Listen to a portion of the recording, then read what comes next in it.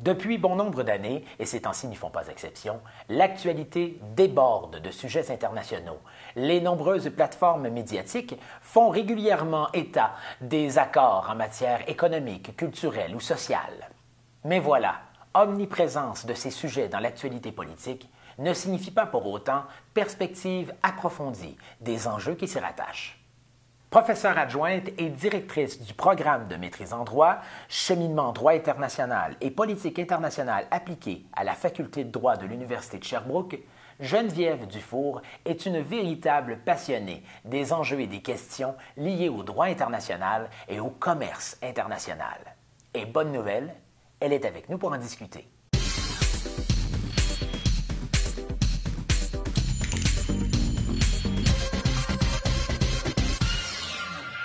Geneviève Dufour, merci d'avoir accepté notre invitation. Ça fait plaisir. L'avènement de la mondialisation, l'augmentation des flux commerciaux, les échanges, la multiplication des accords commerciaux, bien sûr l'avènement aussi d'Internet, les réseaux sociaux, etc., créent des phénomènes, je dirais, de frontières de moins en moins étanches. Ça signifie forcément un recours plus fréquent, j'imagine, au droit international. Avec ce rythme accéléré, est-ce que le droit, lui, suit ce rythme-là? Est-ce que ça va trop vite et rendant le droit, pour ainsi dire, parfois inefficace? C'est une excellente question. Et même, on a donné un nom à ce phénomène-là, qui est l'accélération du temps juridique, dont on parle beaucoup. Et je dirais que vous avez tout à fait raison. En fait, non, le droit international ne suit pas du tout le rythme actuel.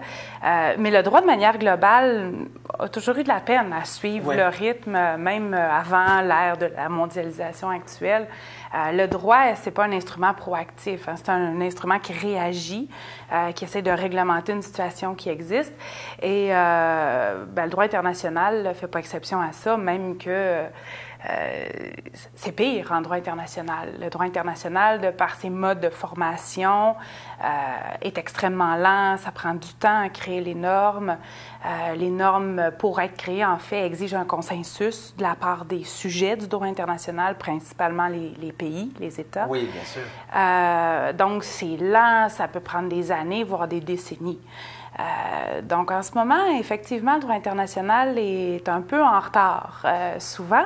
Et il y a tout un nouveau phénomène qui s'est développé pour essayer de pallier à cette défaillance, si on peut dire, du droit international, c'est la normalisation. Alors, on confie de plus en plus la création des normes à des instances qu'on appelle de normalisation, donc des petits forums, souvent qui réunissent des experts techniques, scientifiques, qui, eux, connaissent très, très bien les thèmes à réglementer et qui vont formuler des normes internationales.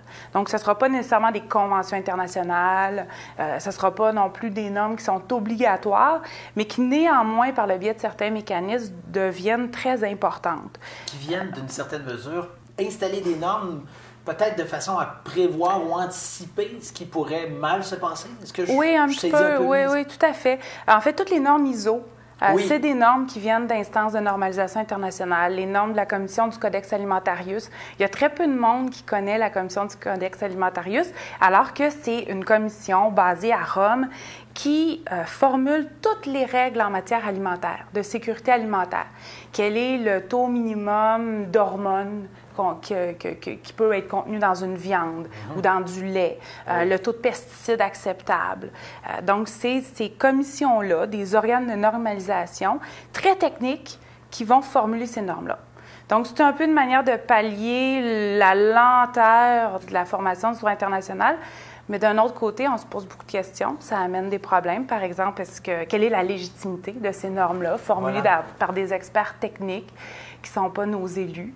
Donc, quelle est la voix de la population, du consommateur, du peuple dans cette formulation de normes-là? Donc, j'imagine qu'à ce moment-là, on a une ouverture dans certains États par rapport à certaines normes qu'on n'aura pas ailleurs. C'est là où ça devient extrêmement complexe. Oui, et très intéressant. Et surtout. Très intéressant, oui. Hein? Oui, c'est exactement le problème de la viande au traité aux hormones. Oui. Donc, on a eu un gros conflit transatlantique entre l'Union européenne, donc les pays de l'Union européenne, contre le Canada et les États-Unis. On sait qu'au Canada puis aux États-Unis, on traite nos bovins avec certaines hormones de croissance. Mm-hmm. Les Européens refusent d'importer notre bœuf qui provient de ces bovins-là parce que, selon les Européens, ces hormones-là sont cancérigènes, apportent des problèmes pour la santé. Et, entre autres, ce conflit commercial transatlantique provient d'une norme qui avait été élaborée par la Commission du Codex Alimentarius. Donc, une norme adoptée qui fixait le taux d'hormones résiduelles dans le bœuf qu'on allait consommer. Et les Européens avaient voté contre l'adoption de cette norme-là. Et malgré le fait qu'ils aient voté contre, les normes du commerce international font en sorte qu'ils devraient accepter sur leur territoire le bœuf. Contre parce qu'ils le trouvaient pas assez élevé ou contre? Oui, tout à fait. Les Européens voulaient avoir un niveau de sécurité plus élevé. Et c'est une norme qui avait été très controversée, qui avait été adoptée avec 3-4 voix de différence. Donc, c'est des experts techniques, scientifiques qui avaient élaboré la norme, mais c'est quand même les États, au bout du compte, qui votent puis qui adoptent la norme. Vous m'amenez sur un terrain... Pour ne pas dire glissant, du moins souvent critiqué, on pourrait dire. Celui, bien sûr, de l'OMC, de l'Organisation mondiale du commerce. Parce qu'en matière d'économie et de commerce, justement, on a souvent l'impression que ce sont les grandes puissances qui dictent la marche à suivre, qui même, diront certains, va créer les règles. Est-ce que vous avez observé ce phénomène-là où il y a matière à nuance? Moi, je pense qu'il faut être très nuancé. Oui. Quand on parle d'abord des organisations internationales en général, mais aussi de l'OMC, l'Organisation mondiale du commerce. On a beaucoup critiqué l'OMC quand elle est arrivée, mais c'est une organisation internationale qui est à part. C'est vrai que la majorité des organisations internationales, on les a perçues comme le cheval de bataille des grandes puissances. Oui. Si on parle à l'ONU, si on pense à l'ONU qui a été créée après la Deuxième Guerre mondiale, le Fonds monétaire international, FMI, Banque mondiale, c'est toutes des organisations qui ont été créées alors que la plupart des pays qu'on connaît aujourd'hui n'existaient pas encore. Donc, ils ont été créés pour répondre à des besoins de certains pays, de grandes puissances qui existaient à l'époque. L'OMC, c'est différent. L'OMC a été créé en 1995 par les nouveaux pays. Oui. Donc, ces pays développés, pays en voie de développement-là, ont pris part à la création de cette organisation-là et on le voit à même la structure institutionnelle de l'OMC. Chaque pays a une voix et chaque voix est égale. À l'ONU, le Conseil de sécurité est formé, entre autres, de 5 membres permanents qui ont un droit de veto, les grandes puissances qui ont... Mais à l'OMC, c'est pas ça. Chaque pays a une voix et a le même poids. Ils ont tous le même poids. Donc, à l'Organisation mondiale du commerce, tous les pays sont égaux. Oui.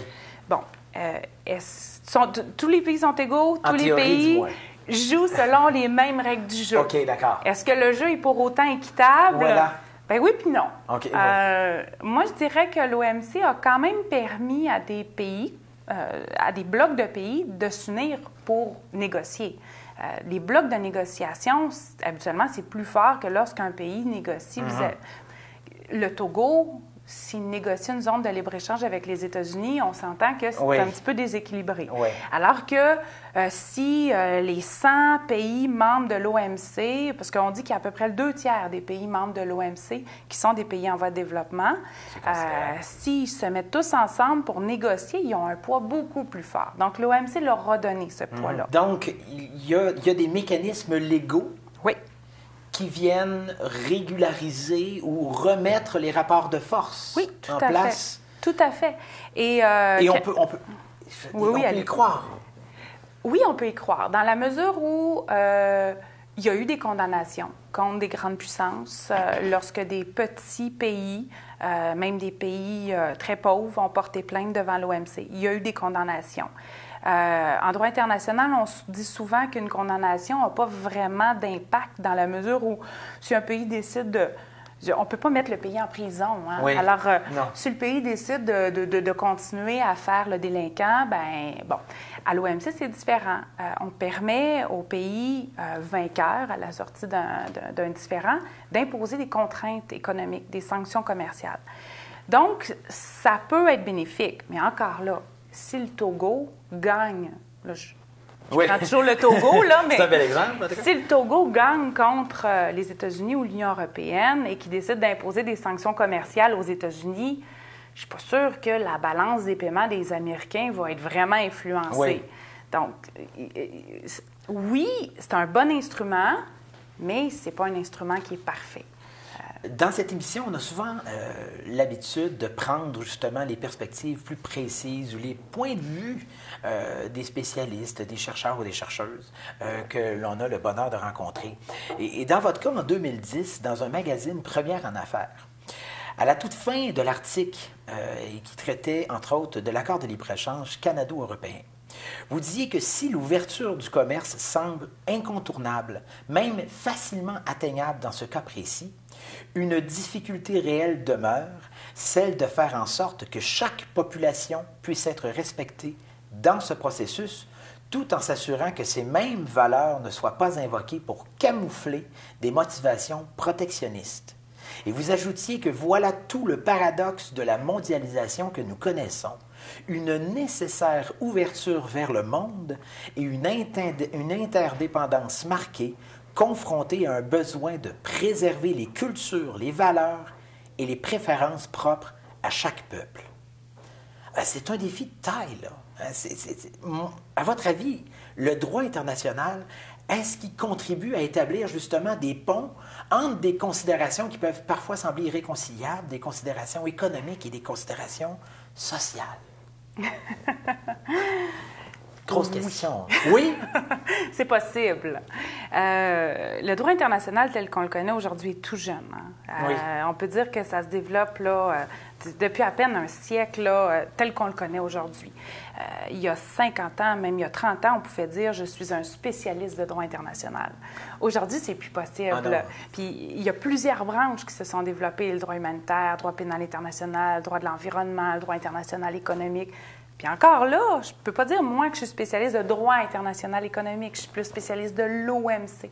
Donc, il y a vraiment une fragmentation au niveau du droit international, ce qui fait en sorte qu'il y a un cloisonnement aussi. Chaque branche se développe en parallèle et c'est ça le danger. C'est ça le danger, c'est de faire en sorte que chaque branche se développe. Le droit international du travail se développe sans prendre en compte l'impact sur la concurrence, sur l'économie. Le droit international des droits de la personne se développe sans prendre en considération. Le droit de l'environnement, c'est la même chose. Puis le droit international économique aussi.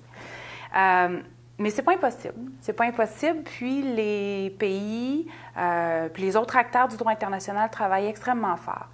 Je dirais depuis quelques années, voire décennies, à faire en sorte que les branches du droit international puissent de plus en plus prendre en compte les considérations internes de chacune des autres branches. Et le droit international économique, en tout cas le droit de l'OMC, puis ça influe nécessairement sur les autres domaines du droit international économique, on prend en considération. Il y a des exceptions qui existent. Par exemple, dans le droit de l'OMC, on prévoit très bien que, bon, le principe de base, c'est que les marchandises doivent circuler d'un pays à l'autre, mais que un pays peut interdire l'importation ou l'exportation de produits si ça atteint la moralité publique de ses citoyens. Oui. Si c'est dangereux pour la santé. Au point de vue justement des normes, il y a beaucoup de questions qui se font, notamment en matière d'organismes génétiquement modifiés. Et en août 2012, donc tout récemment, dans un article du Devoir joliment intitulé « Le temps des épluchettes », votre maïs est-il génétiquement modifié? Vous écriviez « Introduits depuis une quinzaine d'années sur le marché, les OGM n'ont jamais fait l'objet d'études indépendantes sur une longue période. La raison est simple, ils sont issus d'une technologie extrêmement avancée et leur évaluation exige des moyens financiers et des techniques que peu de pays détiennent et qu'aucune ONG ne possède. » Et vous ajoutez « Les OGM sont donc approuvés commercialisés et consommés sur la base de preuves partiales et fragmentaires. Dans ce cas-là, là, c'est clair, là, les entreprises emmènent large. C'est eux qui devancent, qui dictent les règles. Là. Oui, ça ne fait aucun doute. Et c'est préoccupant, là. C'est très préoccupant. En fait, dans les années 90, 93, 94, on a complètement changé le paradigme de la réglementation du risque au Canada. On a déréglementé. On a sorti l'expertise scientifique des agences, comme l'Agence canadienne d'inspection des aliments, Santé Canada, Agriculture, oui. bon. Et donc, on a modifié notre façon de faire et on a dit, bien, dorénavant, on accepte, on va prendre nos décisions en fonction des données de l'entreprise. Voilà.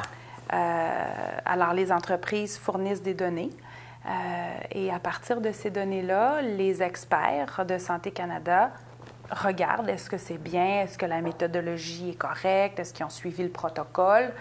Ils peuvent demander des informations supplémentaires, mais il en demeure pas moins que tout est fait sur la base des informations données par l'industrie. En Allemagne, il y a quelques années, 6-7 ans, sous l'impulsion de Greenpeace, qui avait saisi, peut-être l'Allemagne, peut-être le Luxembourg, là, je ne m'en rappelle plus, mais il avait saisi les tribunaux là-bas et c'est allé jusqu'à la plus haute instance. Et donc, la Cour suprême ou l'équivalent là-bas avait forcé Monsanto, qui est la plus grande entreprise biotechnologique au monde, là, qui détient à peu près 90 des semences génétiquement modifiées. Oui, très controversé, il faut bien le dire. Entre autres. Donc, la justice, il me semble que c'est allemande, avait forcé Monsanto à divulguer un rapport. Parce que c'est ça l'autre problème. Oui. C'est que les rapports qui sont donnés par l'industrie restent confidentiels, sont protégés par le secret industriel. Bien sûr. Et donc, il n'y a personne qui peut réévaluer, contester, argumenter ces rapports-là. Récemment, il y a une équipe d'experts dirigée par un biologiste moléculaire français, Gilles-Éric Siralini, qui, donc cette équipe-là a sorti une étude. Où il démontre qu'effectivement, il y a des risques liés à la consommation d'OGM, mais pas juste d'OGM, aussi de Roundup Ready, qui est l'herbicide le plus utilisé avec les OGM. Et il y a eu un tas de critiques sur ce rapport-là. Sur la méthodologie. Sur la méthodologie, sur le fait qu'il avait fait ça de manière confidentielle dans les locaux de l'université, quand même financés par le gouvernement. Là, c'est quand même pas si confidentiel que ça, mais en tout cas. Un coup de publicité aussi, diront certains, pour un documentaire. Oui, c'est ça. Donc, oui, il y a tout ça qui est préoccupant. Mais moi, je pose toujours la question, quand est-ce qu'on va les voir, les études des compagnies? Quand est-ce, donc, d'une part, quand est-ce qu'on va voir les études des compagnies et quand est-ce qu'on va voir une étude faite par des gouvernements? Et il y en a quelques-unes des études qui ont été financées par des gouvernements. Qu'est-ce qui justifie, selon vous? Et là, je vous aventurerai peut-être sur un terrain glissant, mais on va y aller quand même. Puis C'est toujours glissant, la question des OGM, surtout au Canada. Mais ô combien préoccupant. À ce moment-là, le principe de précaution, comment se fait-il qu'on en tient moins compte que dans d'autres circonstances? C'est une très bonne question. Très bonne question. Le principe de précaution, en tout cas en droit international, c'est un principe qui a un statut assez incertain. Pour plusieurs raisons, mais entre autres parce que le Canada et les États-Unis refusent de reconnaître que c'est un principe général de droit ou du droit international. Alors qu'au niveau interne, tant les Américains que les Canadiens appliquent le principe de précaution. Il y a une affaire là, de la Cour suprême il y a quelques années dans la ville d'Hudson où est-ce que la juge Claire Leroy-Dubé a reconnu qu'il fallait appliquer le principe de précaution. Et on l'applique. Mais dans le cas des OGM, on ne l'applique pas. Et d'ailleurs, en 2001, il y a la Société royale du Canada qui a sorti un rapport sur les biotechnologies et qui a insisté pour que le Canada applique l'approche de précaution par rapport aux OGM. C'est toujours pas fait. Que dire de plus qu'à cette époque-là, le Canada était le 3e plus gros producteur de semences génétiquement modifiées au monde? Oui. C'est dur de... Est-ce qu'on va aller contre notre propre industrie? Les biotechnologies, c'est notre industrie, mais il ne faut pas non plus nier le fait qu'il y a des risques pour la santé et peut-être pour l'environnement. Et peut-être que c'est la plus belle invention au monde. Oui. Moi, je ne prends pas parti pour ou contre. Non. Mais vous avez raison. Peut-être qu'il serait temps qu'on applique le principe de précaution comme bon nombre de pays l'appliquent. Sur la question du respect des accords internationaux, que ce soit sur le plan économique, environnemental, les commentaires, les analyses sont souvent teintés d'un certain cynisme, disant qu'une fois que même la ratification, on ne respecte pas les signatures. Vous, de votre côté, j'imagine que vous avez une perspective peut-être un peu moins cynique, mais quel est votre point de vue là-dessus? Mais moi, je pense que globalement, le droit international est bien respecté. Oui? Oui. Ah oui? Je pense que dans la vie de tous les jours, les règles de droit international sont très bien respectées. Quand il y a une violation, habituellement, si on en parle, c'est qu'elle est flagrante, qu'elle touche souvent des valeurs fondamentales. C'est souvent très offusquant. Quand on parle d'un pays qui décide d'utiliser la force armée contre un autre pays, d'un gouvernement qui commet des violations des droits de la personne contre ses propres citoyens, l'armée qui utilise des armes chimiques, c'est toujours très, très, très frustrant. Ça touche l'imaginaire. Alors, on a l'impression que le droit international est constamment violé. Oui. Mais pourtant, on n'a pas eu une immense guerre internationale depuis que la Charte des Nations unies existe, ou du moins, en tout cas, ça reste contenu. On peut dire que le droit international humanitaire est en grande partie respecté, et quand il ne l'est pas, il y a des tribunaux pénaux internationaux maintenant pour... tout ça, c'est du droit international. Donc, on arrive à rendre ça plus efficace. Mais je vous l'ai dit, là, le droit international tel qu'il existe aujourd'hui, il a commencé à vraiment se détailler depuis 50, 60 ans. Donc, c'est un droit qui est tout jeune. Pour arriver aux normes en droit civil qu'on a aujourd'hui, il a fallu qu'on travaille depuis des centaines d'années. En terminant, en politique intérieure, les États conservent souvent une distance, voire une coupure entre le politique et le juridique. En droit international, est-ce que je me trompe de dire, sans dire que c'est le contraire, la proximité, elle est encouragée? Non, tout à fait, vous avez raison. C'est nos diplomates qui vont nous représenter devant la Cour internationale de justice. C'est des politiciens, souvent, des gens très proches de la politique. Le droit international se crée beaucoup selon la volonté des pays. L'ouverture, c'est ça. Qui, eux, prennent leur direction en fonction de leurs propres intérêts politiques, de leurs jeux politiques, des jeux des alliances entre les États, mais aussi au niveau interne. On dit que de plus en plus, l'État perd un peu de son pouvoir en droit international, c'est-à-dire qu'il devient un agent fractal, un acteur parmi d'autres. Et que ça donne une ouverture pour d'autres acteurs de la société internationale, des ONG, des multinationales. Mais on a vu depuis un an que les individus jouent un rôle très important avec Occupy, avec les Indignés, avec le Printemps arabe. C'est encore tôt pour se prononcer, mais il y a plein de nouvelles normes, à mon avis, qui vont naître, si ce n'est pas déjà fait, là, ou en tout cas qui sont en voie qui sont en formation.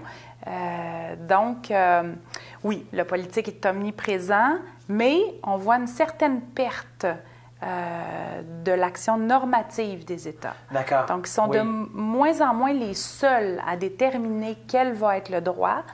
Et donc, il y a de plus en plus une ouverture à d'autres acteurs, moins politisés, néanmoins souvent intéressés. Voilà, Donc, dans l'avenir, on peut entrevoir une ouverture de plus en plus grande aux individus, aux sociétés, aux collectivités, au détriment, dans une certaine mesure, de la vision plus réaliste de l'État unique, là.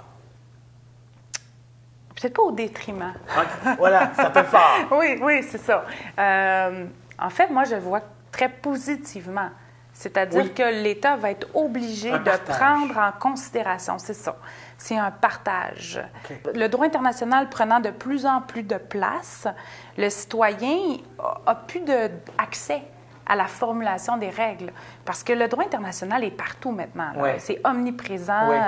Ce qu'on mange, c'est une norme internationale qui l'a réglementé. Les sièges d'auto pour bébés, c'est une norme internationale. Tout, la gestion. Bon. Alors, le droit international est partout. Maintenant, le citoyen se rend compte que là, il s'est peut-être fait avoir, qu'il faut qu'il se fasse représenter au niveau international. Voilà. On a longtemps dit que l'État était la courroie de transmission, l'État allait représenter les volontés des citoyens. Mais les citoyens, on se rend compte que c'est pas tant l'État. Ils veulent pas que l'État les représente. Parce que le citoyen ne s'identifie pas toujours à son État, mais il s'identifie plutôt à des causes qui regroupent plusieurs individus provenant de plusieurs États. Alors, ce que la nouvelle tendance, c'est de faire en sorte d'ouvrir le monde du droit international à tous ces acteurs-là, qui ne sont pas nécessairement des sujets du droit international, ce ne sont pas des destinataires des normes et des obligations, mais c'est quand même des acteurs très intéressés et préoccupés par tout ce qui se passe à l'international. Donc, de craindre de perdre une plateforme communicative, donc l'État, ils vont essayer d'avoir accès directement sur la scène internationale, à la création des normes, les influencer. Donc, un futur enthousiasmant, somme toute. Ah, moi, je suis très enthousiaste. Geneviève Dufour, merci de votre participation. Ça m'a fait plaisir. Merci.